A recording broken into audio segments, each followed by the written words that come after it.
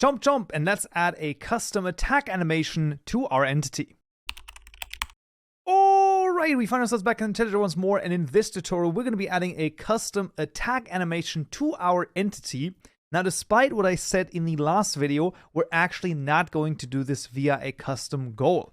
Because within the last minutes, so to speak, of this tutorial coming out, it's not quite that, it's sort of like 1 day ago, or like 1 day before the video comes out, something like that. Someone actually, same different, all credits go to them, because they actually said, you know, this is way too overcomplicated of doing it, and there's a way that is much, much easier to add this attack animation.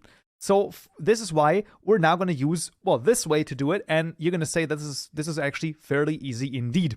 So what we're going to need is, we're just going to need a new animation controller right here. So we're just going to duplicate this one, right? So just select it, press Ctrl D to duplicate it, and we're going to call this the attack controller. And then this one is not going to actually point towards the predicate, but we're going to make a new predicate called attack predicate. There you go.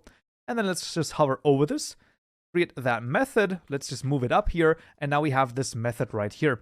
Now, how do we then actually get the attack animation to work? Well, let's just, for the sake of argument, copy over this part right here, right? Because this part is always what the animation is that plays, and there's always going to be the same usually, right? We just want to make this attack, and then this is extremely important. We want this to not loop. So we want should loop is false. Very interesting.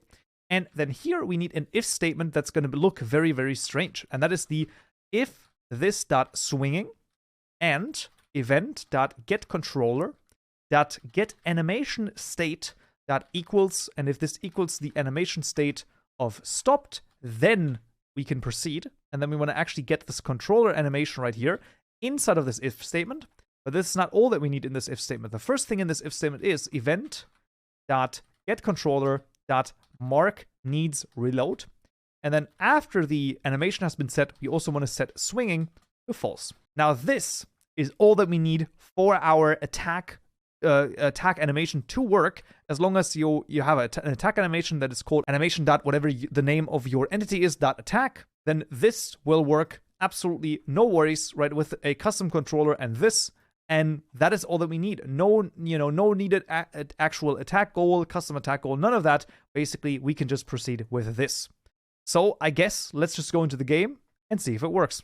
Alright, so we find ourselves back in Minecraft, and let's just spawn a chomper. Now you can see the walking animation still works. The other animation, right, the idle animation, there you go, still works. And if I spawn a villager, you're going to see that as soon as it attacks, you can see the attack animation plays. And actually, it will not play as long as, it will basically only play when it actually attacks the other entity, which is exactly what you want. So it doesn't play continuously while it's basically pursuing the target, which is exactly what you want to see.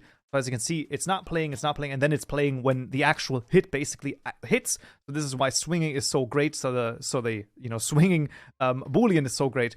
And there you go. So this is pretty much how you can add a custom attack animation to your Geckolib entity.